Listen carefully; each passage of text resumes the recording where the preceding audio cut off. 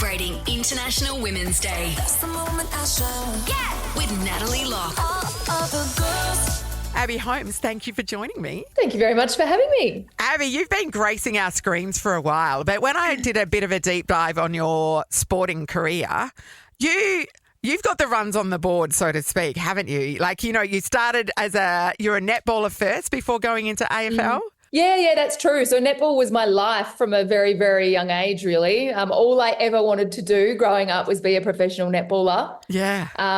And was on track to do so. So was fortunate enough to represent Australia at a junior level and then South Australia through all of the underage championships from, 13s, 15s, 17s, 19s, 21s into the Australian Netball League. Yes. But as a youngster, kind of suffered two kind of significant knee injuries on my right side. So as a 20-year-old, I then kind of was realistic in my goals and decided to leave that dream behind me and moved up to the Territory as a 20-year-old girl, which blows my mind that I had the guts to really, step out of my comfort zone. I'd never lived out of home. I'd never done the bloody grocery shopping. I'd never stood on my own 2 feet. So to have what the guts drew to you there as a young... What drew you to the Northern Territory then? Why there, of all places? What were you thinking? Funnily enough, back then was a boy. So he had moved up to play footy in the NTFL and was originally just going to head up for that 6-month NTFL season and then head back to Adelaide. But as most blokes do, fell in love with the place and didn't want to leave. So I went to my dad as a 20-year-old girl. Every father's worst nightmare when you move across the country for a young lad. But hands down, the best thing I ever did. Like, I'm a big one for sliding doors moments. And as I said, to have the guts to do that at such a young age, it forced me to swim. It forced me to problem solve. It forced me to grow up really quickly. And I'm so grateful for that opportunity. It is. I did similar. I moved across the country to go to university. I was still 17. I moved from a country town in WA to Melbourne. And you I think part of it is just you're ignorant. For me, it was I didn't even know what could possibly go wrong. I just thought, let's go on an adventure. And that's part of it. It's just having the courage to go, sod it. I'm going to go somewhere where I know no one because you don't have any. There's no support network. You don't have any friends to fall back on. I had like one aunt that lived there, and that was it. It's amazing, isn't it? When you think back on it, you go, "What were my parents thinking, letting me do that?" Totally, and that's the thing. I'd never even been to Darwin before I'd made the decision. Like, how hard can it be? Let's do it. Let's jump straight in. But as you do when you roll into a new town and you don't know anybody, you find sporting clubs. So I automatically found a netball club, a local club up there.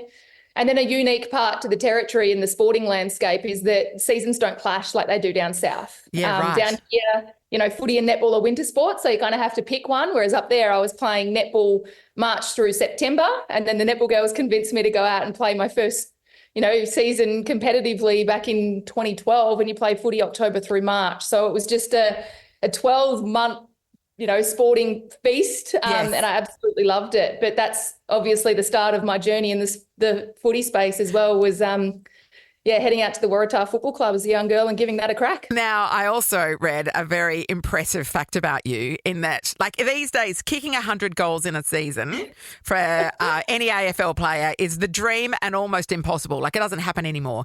You kicked 105 goals in a 15-match season. You freak. Yeah. That is, including you kicked more than 10 goals 3 times in that season. That's amazing.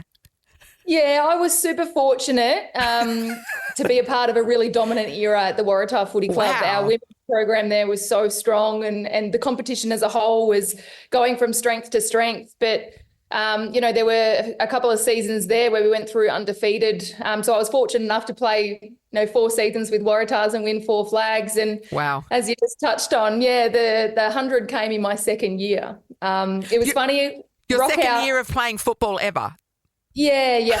So first year I rocked up and my coach, Kuda, took one look at me and he said, "You're a midfielder. You'll get in and under. You're a bull. You'll win us the footy. You'll get it to the outside." And I'm like, "Yep, no worries." And then I just naturally found myself gravitating forward and wanting to kick goals. So he was like, "Well, we'll keep you there." And I think, managed to kick 67 in that first year. And at the end of that season was the first ever exhibition game between Melbourne and Western Bulldogs. Not one woman or one footballer from the Territory was selected. So that really fueled the fire as well. There were so many incredible athletes, so many great players up there that weren't getting a look in as such. And I guess picking the 100, it wasn't about me. Like, I wanted to bring attention and interest to footy in the Northern Territory and showcase how incredible it is and how great the players are. And it certainly wasn't an individual accolade, but I owe it all to my teammates, that's for sure. I mean, it's an incredible achievement for any footballer, let alone somebody who's in their second season of ever playing the game. That's incredible. Yeah, it's wild. It was back, a long time ago, back in 2014 when my hamstring still worked. Yeah. So they do not anymore.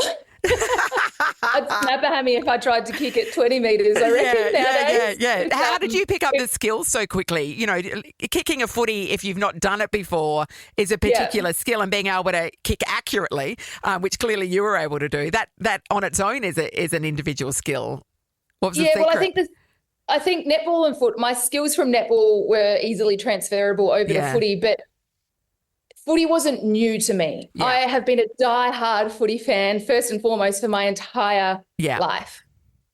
Such fond memories of having a kick with Dad in the backyard and, until Mum's yelling at us to come in for dinner. And it for me back then was nothing that I grew up in a netball football club environment where the girls and the women played netball, and then you'd go across and watch Dad, the men, and the boys play footy. Yeah. So it was never something that I saw being possible as a young girl, but I've always loved the game. I've always followed the game, die-hard Crows supporter.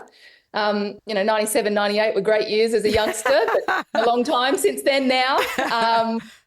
So it certainly wasn't something that was new to me, and I just absolutely thrived when I had the opportunity to play competitively with Waratahs. So, and then, of course, the transition into the AFLW for you. What was that like, getting the call saying, it's happening, we want you to be a part of it? Yeah, it was a dream, to be honest.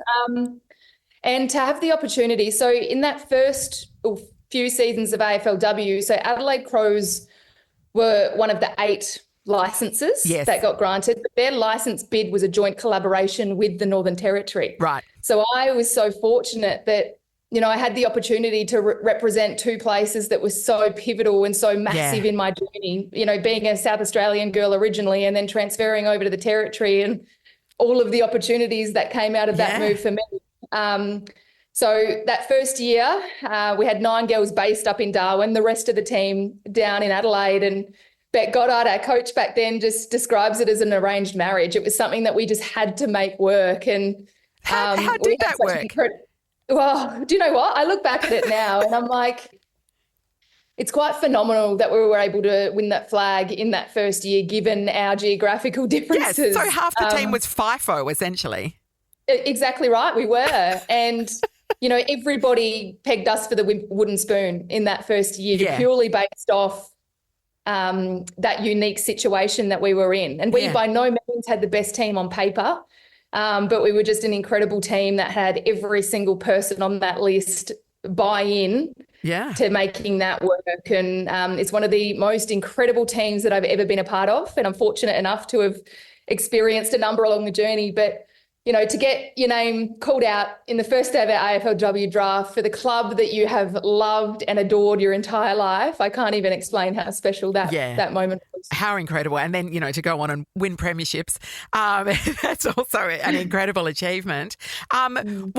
Being there from the infancy of the AFLW, what did you notice in the years that you were there? Did you, obviously at first it was seen as a bit of a novelty, and then, it's been moved around from different, hasn't quite found its home as far as the time of year it's going to be played, and you're playing in extreme heat. And talk us through what it was like for you being there in the early days.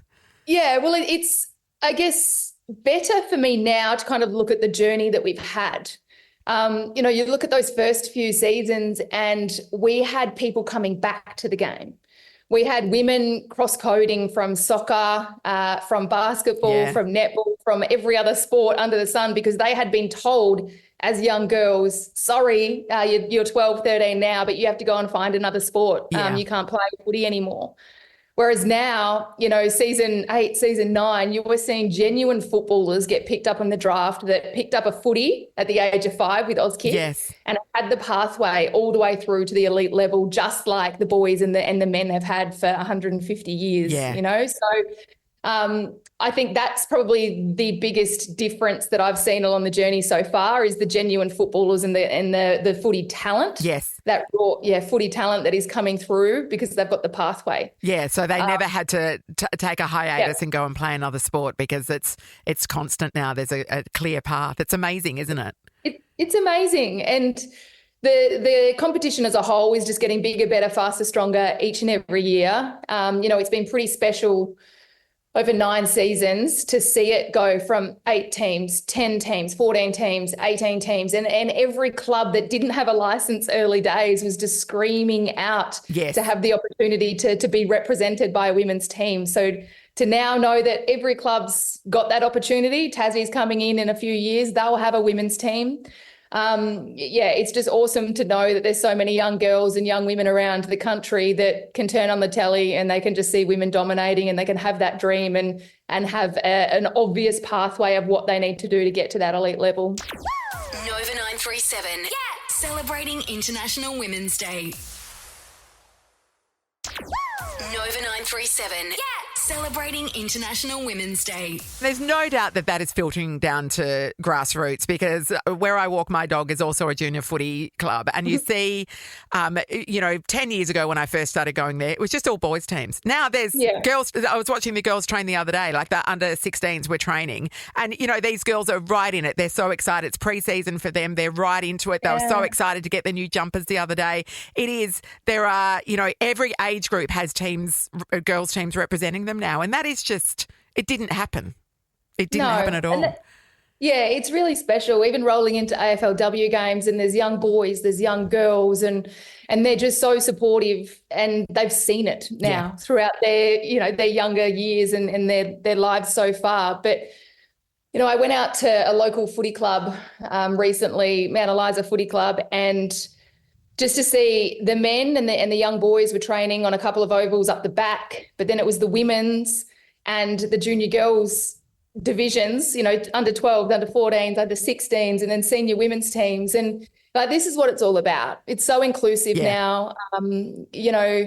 As I said, you've never been told that you can't do it. So people are just so invested and there's no longer my situation growing up of netball, footy, women can't, men can. There's none of that now. It's really special to see that evolution that's happened, particularly over the last decade of the AFLW competition. Yeah, and it's happened fast. It's gone from a barely played amateur sport to a professional sport at a high level really quickly, which is great. Yeah, and that's what I say to so many people is we need to respect the history. And the AFL competition is 150 years of history to get to what it looks like today.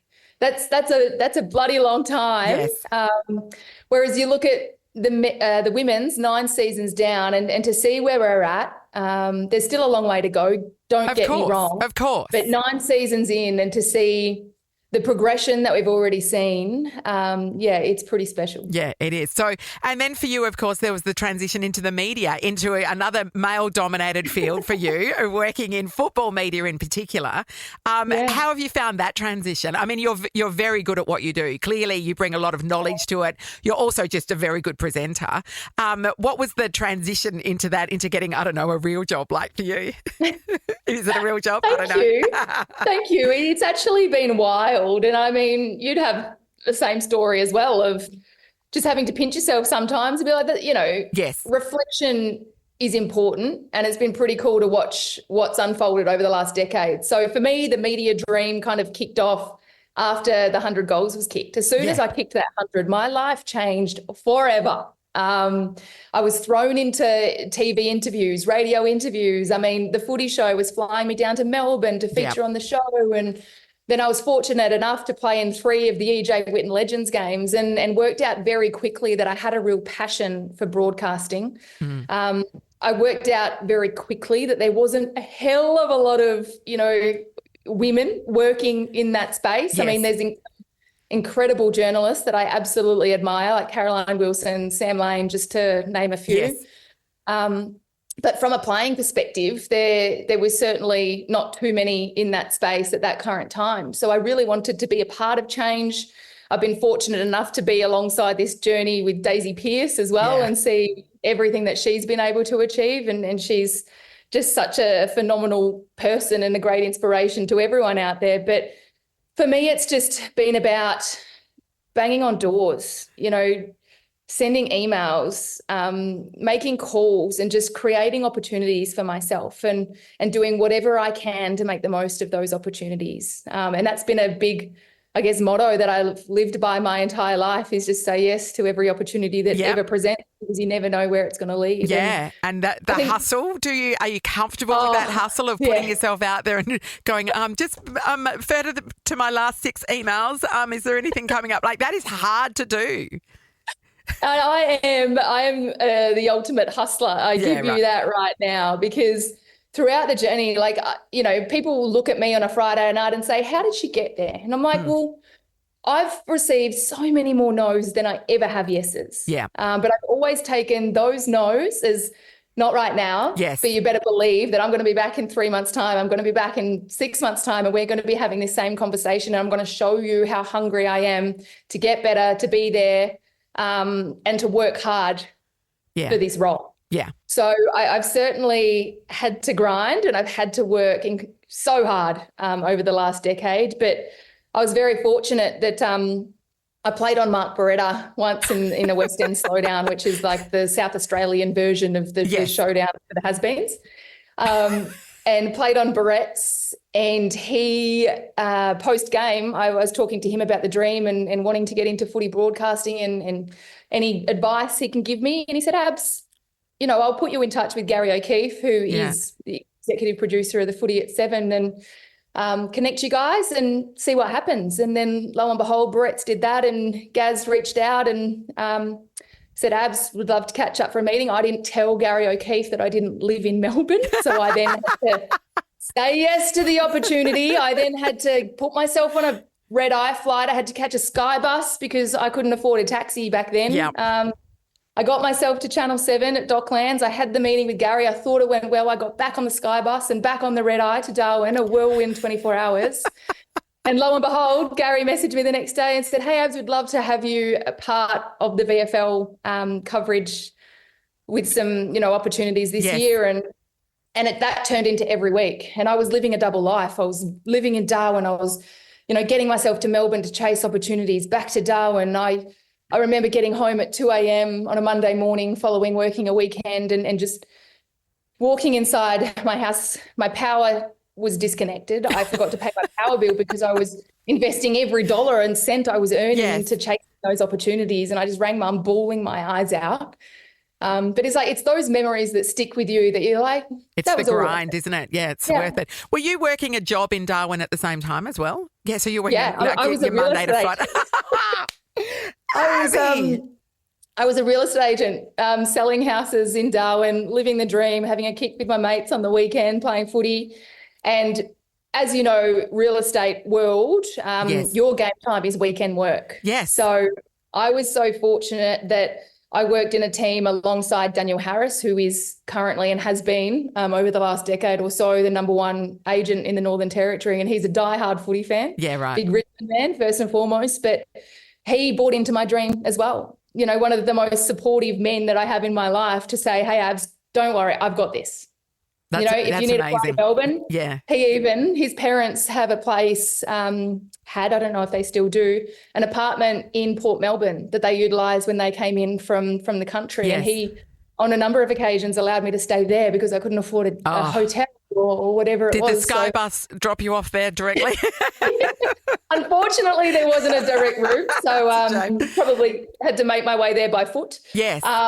This is the thing, though. You have to make the most of those connections when they're available, and if people do offer you that help, you've got to take it, because it could be the leg up that gets you to where you need to be. And that's clearly, great people have helped you out along the way, but you've still got to do the grind. You've still got to be the one that does it all, right? Absolutely. And that's the thing. If I didn't have that support from Dan and, my employer, I mean, I was a commission-only real estate agent from the age of 22 as well. Yeah. So if I didn't sell property, I didn't eat, Yeah. So it was a very stressful time. And I pretty much risked it all. You know, Yes. I remember there was a number of occasions where I hit my sister up for a couple of $100 or $500 to help me with flights. And, oh, God, it makes me emotional talking Yes. about it now Yes. because I'm like, it's all worth it. So you know? And you were paying your own way to go to Melbourne to work the weekend. Yeah. So I was working full-time in Darwin, Monday to Thursday. Would get on a red eye on the Thursday night, land at 6 a.m. and had negotiated to kind of work remotely on a Friday. And then I had opportunities with the VFL kind of across Saturday, Sunday. I got some work with AFL Nation back then in the radio landscape. And then 9 p.m. Sunday night, jump back on a flight to Darwin, get home at 2 a.m. and do it all again. It almost killed me. Like it was such a busy, crazy whirlwind of a year, that one in particular. And as I said, I was exhausted physically, mentally, emotionally, but that's just what you have to do sometimes to make it work. And I look back now, you know, hosting Friday night footy this year, hosting Sunday footy, and it was all worth it. Pressure makes diamonds, as they say. Nova 937. Celebrating International Women's Day. Nova 937. Celebrating International Women's Day. Let's talk, just before we finish, about the controversy, the kiss, let's call it. You were so soundly criticised because at the end of an interview with a player, a post-match interview with a player who you knew and were friends with, there was a kiss on the cheek. And all of a sudden that was deemed you were unprofessional, all the rest of it. There was so much controversy about literally nothing. What was it like being in the middle of that maelstrom of controversy, which is certainly a storm in a teacup, let's face it. But for you at the time, it must have been, what is going on? It was exactly that. I mean, I was kind of gobsmacked that it was a controversy because at the end of the day, you know, Lachie Neale is a great friend of mine. He's not the first person that has given me a hug or a kiss after an interview or in the rooms or anything like that. It's something that happens quite regularly. I mean, I'm really proud of the relationships and the trust and the rapport that I've built with these players and coaches over a number of years now. Yes. So I've got amazing relationships with these people. So it was just really weird that this one occasion kind of blew up the way that it did. But in saying that, you know, I'm very fortunate to have so many supportive people. I mean, you know, I'm not sure if you saw it, you probably did, but the week after I had a Carlton game and Tom de Koning's giving me a hug after an interview, Charlie Turno, Alex Chincotta, they're all hugging me and I felt support far and wide. Yeah. Gary O'Keefe, you know, head of footy at 7, Lewis Martin, who was head of sport at that point in time, they kept calling me and checking in on me and saying, Abs, we've got you. Yeah. However you want to respond to this, we've got you and you've got our full support. So what do you think that was about, though? Do you think that it seemed to me like it was just certain sectors of the community looking for any excuse to criticise a woman in football? Do you think that's what it felt like to me? Like it was like saying, this is another reason why you don't belong there. Yeah. And do you know what probably hurt the most at that point in time was that this particular article was written by another woman working in the media landscape. Yeah, that's disappointing, isn't it? Yeah, that to me was really disappointing because there's, you know, women who are dominating, you know, the media world now, but they've had to work hard to get there. So I, you know, am personally one for showing support to people who are doing good things and working hard. So that was probably the most disappointing thing, that it was written by another woman in that workplace. Yeah, for sure. And one last thing to touch off, you're about to become a mum in the next few weeks, a few months. How are you approaching motherhood? Is it, you know, obviously it's an exciting time for you, but, you know, having a little human being completely reliant on you is a completely new frontier? Oh, my goodness. I can't even fathom how much my life is about to change. Yes. If I'm honest, because I am such a workaholic. I genuinely get so much joy and fulfillment through my work and I'm always on the go and my life is chaos in the best kind of way. So Keegs and I are very, very excited to welcome our first baby this year. And we're just excited to experience a lot of firsts for the first time. I mean, it's going very fast now. We didn't find out until 12 weeks. We missed the first trimester. I ran New York Marathon 8 weeks pregnant and I didn't know.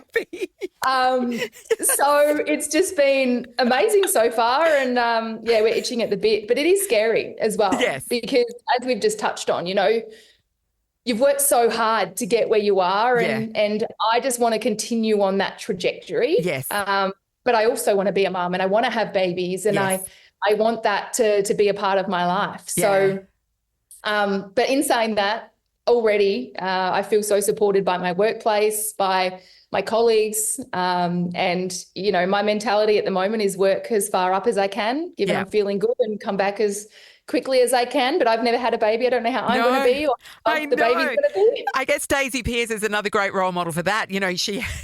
She had twins and I know. It's incredible. She's incredible, isn't she?